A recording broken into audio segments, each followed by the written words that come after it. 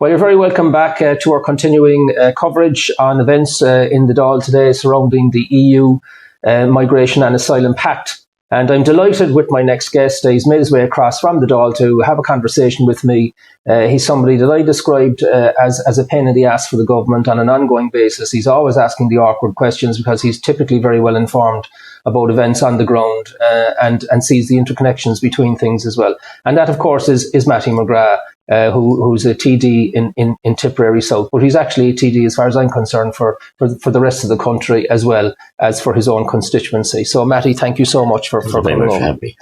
Matty, one of the things I wanted to ask you was, you had a pretty robust exchange, I noticed, there on Tuesday, April the 23rd, with the Minister for Justice, Helen McEntee, about the way the government were handling its business, where this particular thing about the EU Pact was kept off the agenda before the election, and then suddenly it's rushed through in the order of business and breathlessly, and here we are opting into something. Because I listened carefully to what you had to say, and you absolutely nailed it. Here we are opting into something voluntarily that we agreed we wanted to opt out of as recently as 2009. And you're right to express an outrage about that, about the way the business was being run. But I just wanted to ask you, do you think that the government is surprised at the level of opposition it's getting out in the general public?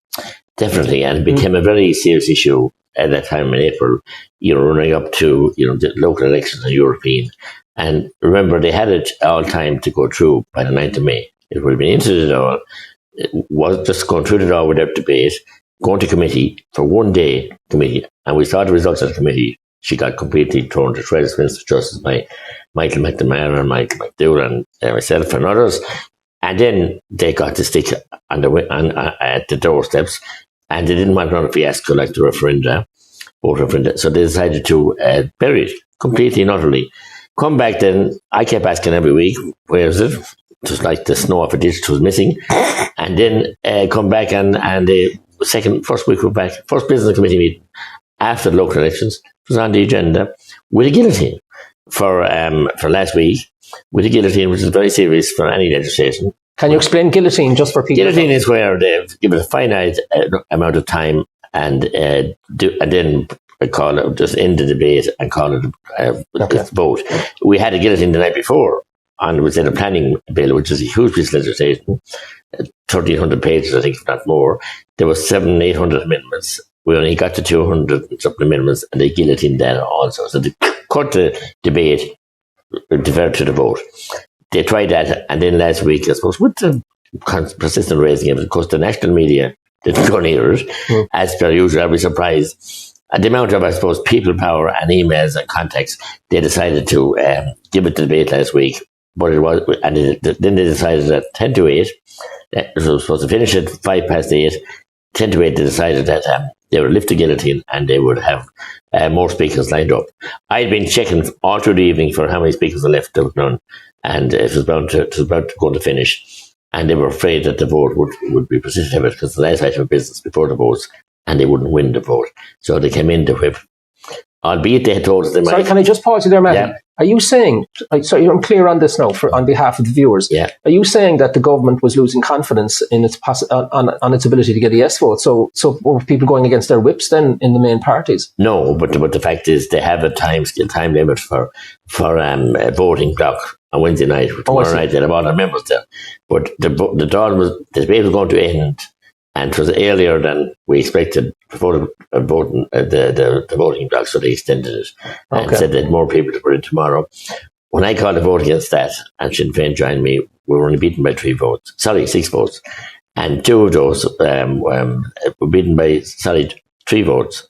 No, 6, but 3 of those people who should have voted with us, independent Michael Lowry and independent Dennis Naughton, who backed the government, and we were missing one of our own. Should have known was out sick. Few Sinn Féin missing. That's how close it was. They losing the vote. Because if those 2 independents had voted for the people that they are supposed to represent, Michael Lowry and Dennis Naughton, and our gentleman was there, that would bring it back to 3 minus 3 plus 3, so back to level playing field. So they were afraid. So they have a put off tonight. the line speakers, they said it was huge. No, tonight just Bernard Duncan came in to speak, so did Leo Varadkar, Deputy Varadkar, so did Deputy Dennis Staunton, and then one or two Sinn Féin, and indeed Joan Collins and Richard O'Neill. None of those names were on any list up till minutes before the Whip made her decision last week. It was just a kind of an easy out. We're given all this amount of time and an exhaustive amount of time, but it's all for nothing, because in Europe this took 10 years. There was 8 different segments of it voted on and debated on individually. That's what we wanted, a proper, constructive, cohesive... So the Europeans broke it down into 7 different segments. 7 or 8 and we're doing it all in one. All in one. And that's to never be able to gloss over that. Europe took 10 years. The 7 or 8 different segments was voted on, debated on, back and forward amendments. We had 3 hours and 20. So when we protested at a committee, it's only 3 hours. How could you scrutinise anything that big, that important, ceding of sovereignty, as far as I'm concerned, in 3 hours? So they decided to give us another committee date. And they did. But when I walked into that next committee meeting, I was flagged about it last week in the chamber. I stayed for the first 40 minutes and I left. I came back 2 hours later and I left again, because who had we lined up? This room wasn't big enough from NGO after NGO after NGO in telling us how poor the pact was from the point of view of the Irish Refugee Council, the Refugee Trust. They were all there lined up and lecturing us about how could we even suggest this wasn't fair or right. But they wanted more supports for all the IPAS people. So it was a total and unmitigated farce, and I wasn't going to listen to that. These are all people who are paid by taxpayers' money. Yeah. All these so this is the bubble around. Yes. This is the bubble around the policymakers. Yeah. Not a bubble anymore. I actually think that they're before them, they're in front of them, they're behind them. They're like our Lord, they walk beside us. They're running the Dáil, they're running the government. Yeah. They're in front of them and behind them. Yeah. Every door, they're lobbying there. It's very strict rules around lobbying now. They're full-time lobbyists in there, getting their way. But worst of all, 6 million of taxpayers' money goes to fund those NGOs annually, and are expanding. But this is the stakeholder capitalism model that the WF plan. I mean, the funding of the NGOs to denude the parliaments of any power. And they've done a good job of that. What a role model they have. Can I bring you back to one thing you've said, which you just want to press the pause button on it? And that's that you said, well, you weren't expecting the mainstream media to give it any coverage. And I said, well, but there's the truth. I mean, isn't it the case? Sorry, do you think it is the case that, as soon as COVID hit in Q1 2020, I mean, what I call the fourth estate just disappeared. I mean, journalism just ended. I mean, it seems to me that the media is just simply a propaganda arm of government now. There's no scrutiny. And the test run, they had them in their pockets anyway. And you see every year when a minister is appointed, even the Taoiseach Harris took over from the former Taoiseach, he appointed, in the end of a couple of days, a week, he appointed 7 new PR people. I mean, it's unreal. I got a call from one of them today because I made a notice in Irish today, and she thought that someone thought that I was asking her to comment, but she rang me, which is interesting. But look, they've never perfected. They got the opportunity in COVID to test the media, and the media rolled over. Like I said, a fat sow rubbing over for somebody to rub butter onto their belly. That's what they did. But they got handsomely paid.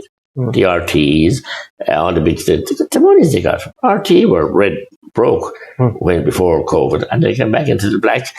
Funny enough, in spite of all the things we found out since. But what happened today? Minister Martin, I had somewhere today, and I knew this happened, has announced a 20 million funding for RT. I knew that happened before the summer holidays. I thought it'd be 50, it'd probably be added to before recess. So the media are not, and there are some good journalists there, but they're always stifled by editorial. The editorial, yeah. And that's not happening. But,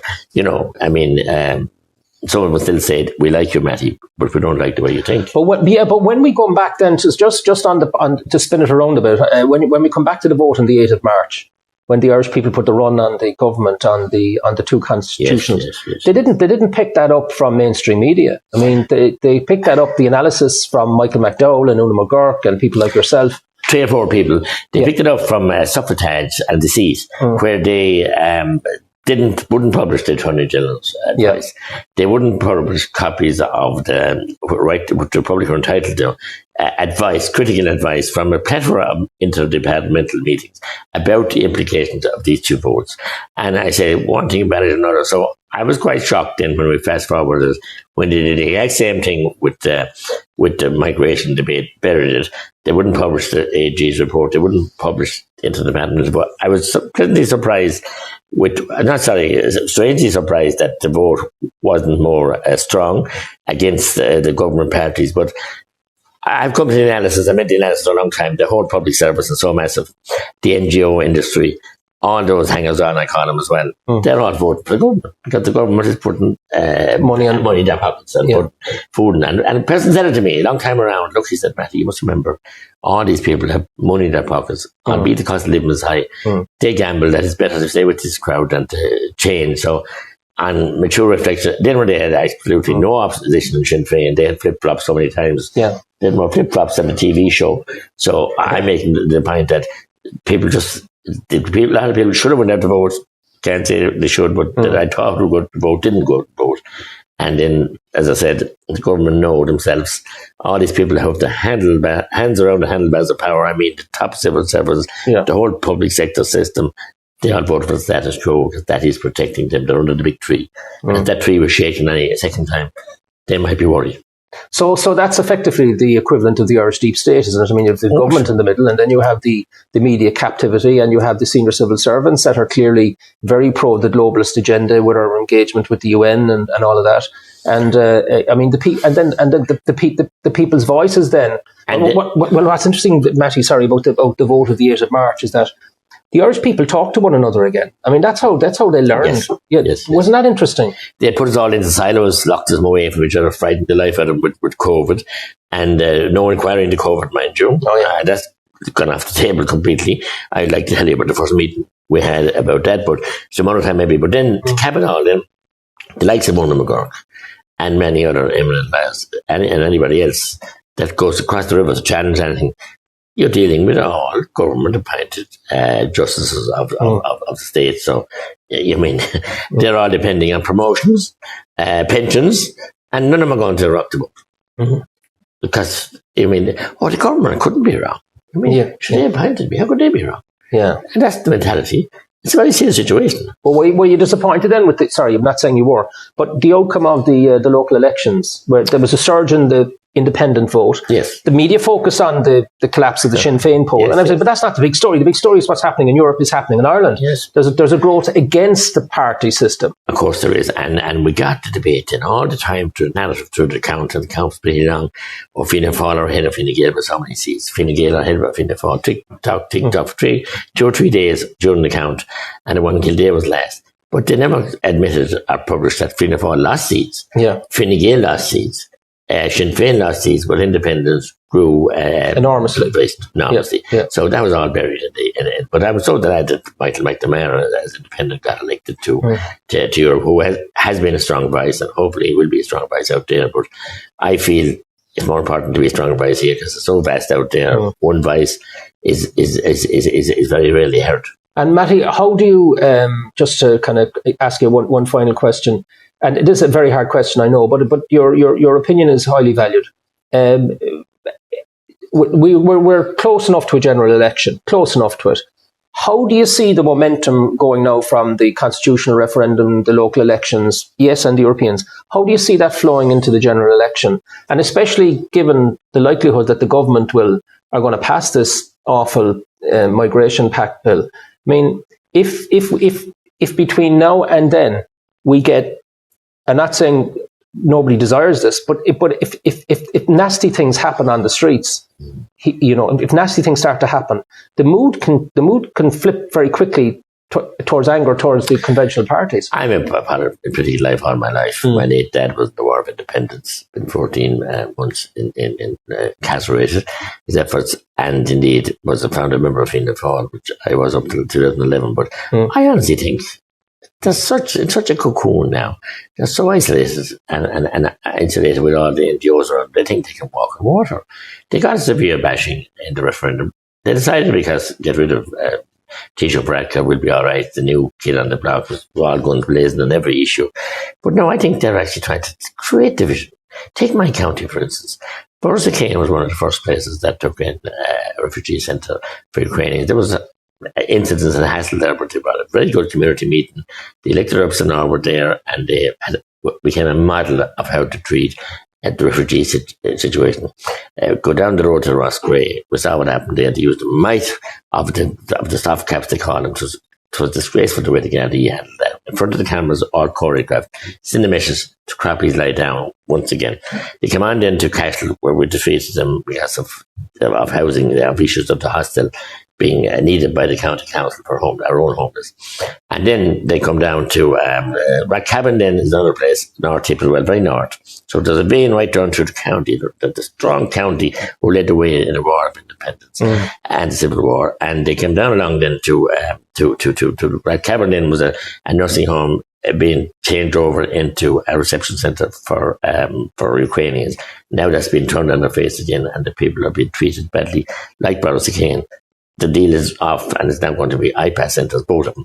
Yeah. Come down then only last night, since the 24th of January, I'm trying to find out answers about Helms Hotel, a famous hotel in Clonmel where Charles Bianconi set up his Bianconi trails at the time with the coach and horse carriages. The first time it was since it went in the country. Last night I was informed it's going to be 89 IPAS people going either males, either couples or women, we're told, and children, we don't know. And then they have the situation in the Hayward Road in Clonmel where they're putting in, 82 cabins for Ukrainians, in spite of the fact that the Taoiseach, Varadkar and Harris had told me that all separate occasions that there's 35 net leaving and 15 net coming into the country Ukrainian. So what do they need all these cabins for? So this is on a 200-acre site. So that's the worry I have, that it could be one of these massive reception centres. But the disease and the blackguarding and the division they're creating communities and the distrust, I honestly think they want trouble on the streets. They want something. And, it shouldn't be beyond the bounds of responsibility. But these guys, they've got a taste of emergency legislation and how they can use and abuse it to delay an election because of emergency powers. Shouldn't be beyond the deviousness of these people and their powerful allies, NGOs, and the people that support them and that are benefiting from them.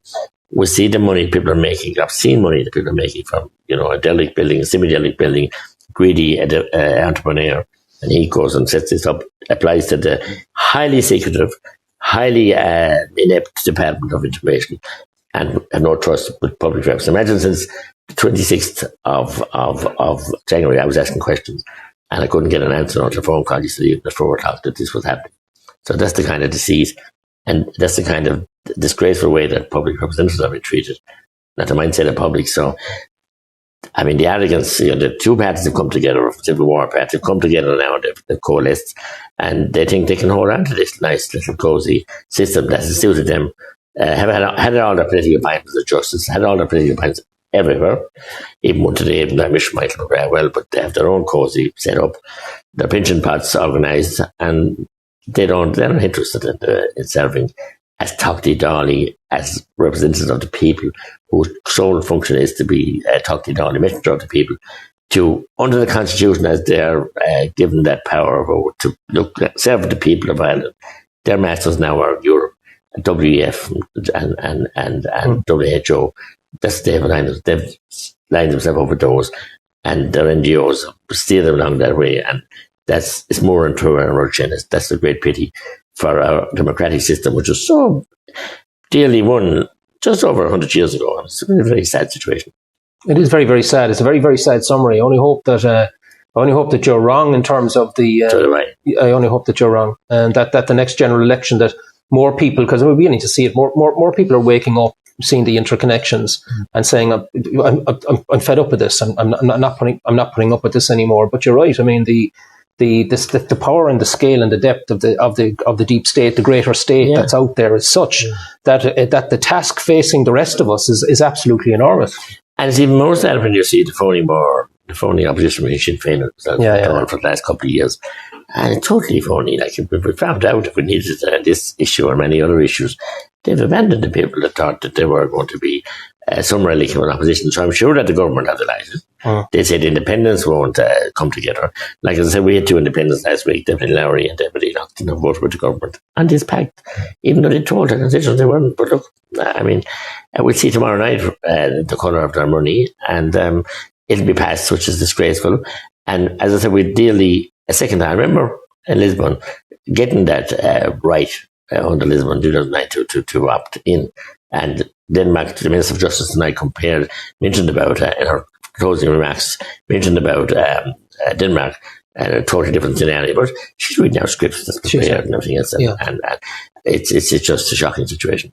Yeah, it is. Well, Matty, thank you so much for coming in.